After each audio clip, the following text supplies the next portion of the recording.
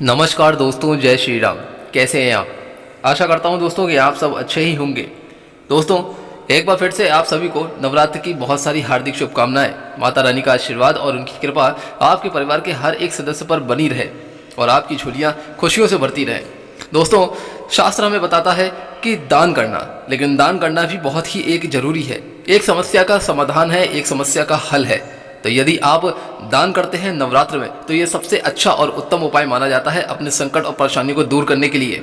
चलिए दोस्तों, जानते हैं आज की इस वीडियो के माध्यम से हम आपको बताएंगे कि नवरात्र में आपको क्या दान करना चाहिए। और दोस्तों, ऐसा करने से माता रानी प्रसन्न होती है और साथ ही आपकी झोलियां खुशियों से भरती भी है। यदि आपके जीवन में कोई संकट भी चल रहा है, तो दान करने से वह संकट आपके शरीर पे से, आपके घर के परिवार के सदस्यों पे से उतर भी जाता है। यदि आप इस बात को नहीं मानते, तो आज से इस बात को विश्वास कर लीजिएगा।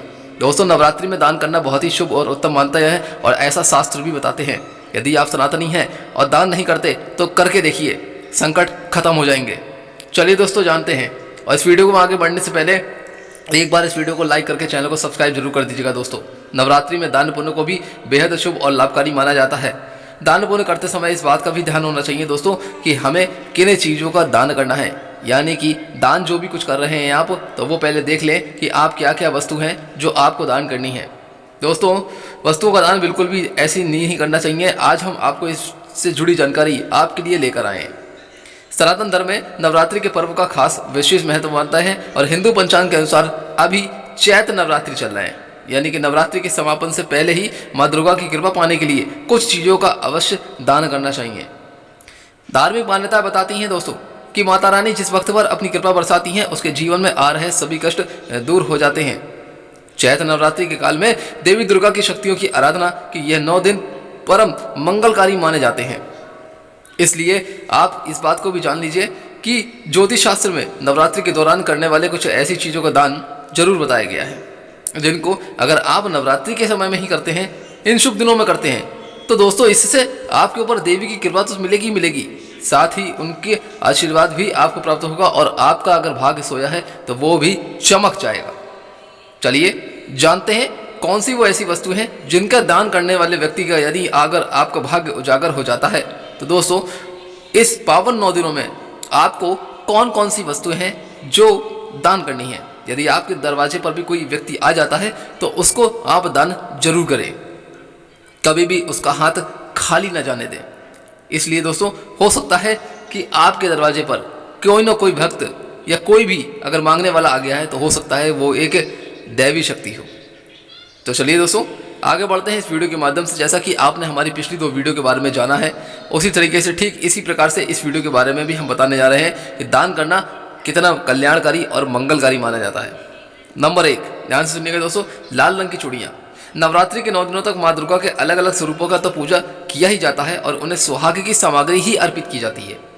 और माना जाता है कि दुर्गा माँ को सुहाग की सामग्री अर्पित की जाए तो वे अखंड सौभाग्यवती होने का वरदान देती हैं और आशीर्वाद देती हैं। इसके साथ ही दोस्तों, ज्योतिष शास्त्र के अनुसार नवरात्रि के इन पावन 9 दिनों में 8 साल से छोटी कन्याओं को लाल रंग की चूड़ी का दान करना सबसे श्रेष्ठ माना जाता है। और कहते हैं कि कन्याओं को देवी का स्वरूप मानकर उन्हें लाल रंग की चूड़ियां पहनाने से दैवी कृपा बरसती ही बरसती है।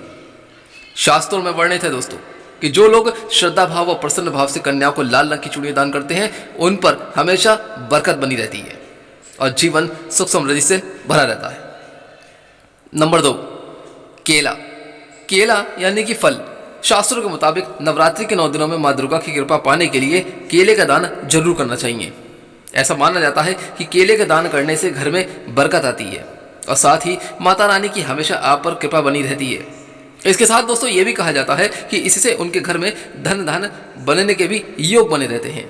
जो लोग दरिद्रता से निजात पाना चाहते हैं, उन्हें केले का दान जरूर करना चाहिए।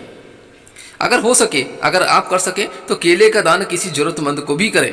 ऐसा करने से माँ दुर्गा खुश होती हैं और हमेशा अपनी कृपा बनाए रखती हैं। नंबर 3, वस्त्र यानी कि कपड़े। दोस्तों, नवरात्रि के 9 दिनों में कन्याओं को वस्त्र दान करना बहुत ही शुभ माना गया है। तो ऐसा करने से वो प्रसन्न होती हैं और खुश होती हैं। कन्याओं को यदि आप वस्त्र दान करते हैं, तो घर से नकारात्मक शक्तियां दूर होती हैं, साथ ही दुख दरिद्रता का भी नाश होता है।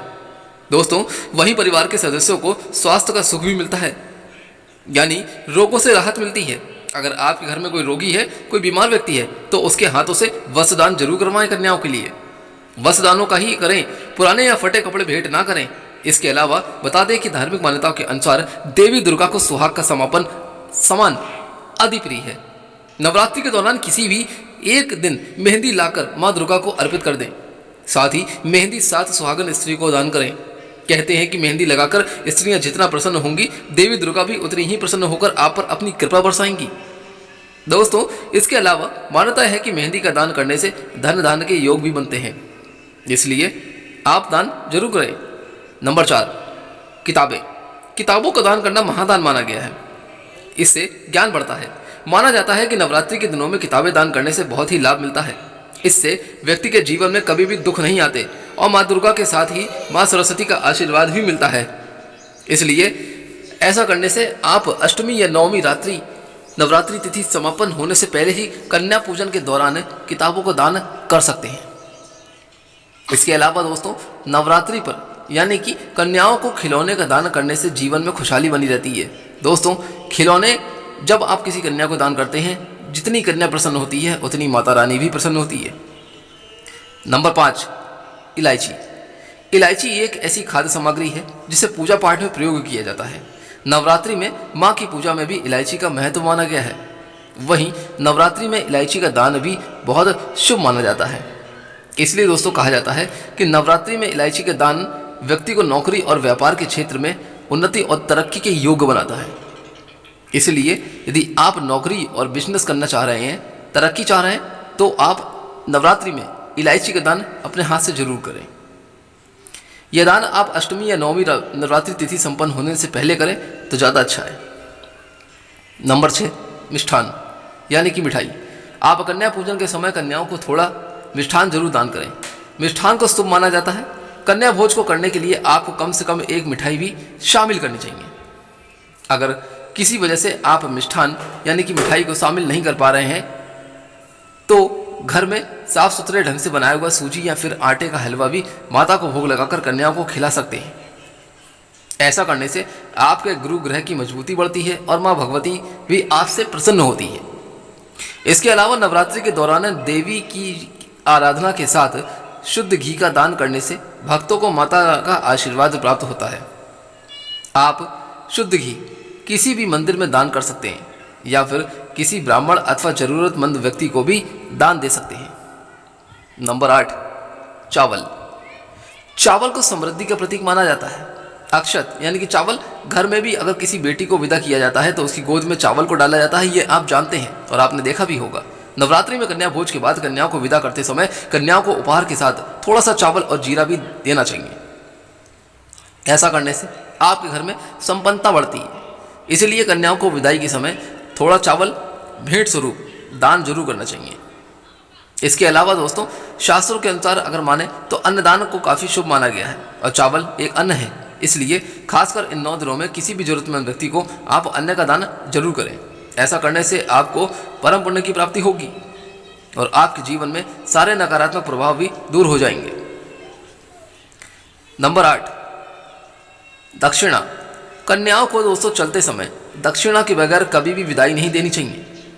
इसके बिना कन्या पूजन पूरा नहीं होता और आप अपनी सामर्थ्य के अनुसार कुछ भी दें, लेकिन दक्षिणा जरूर दें।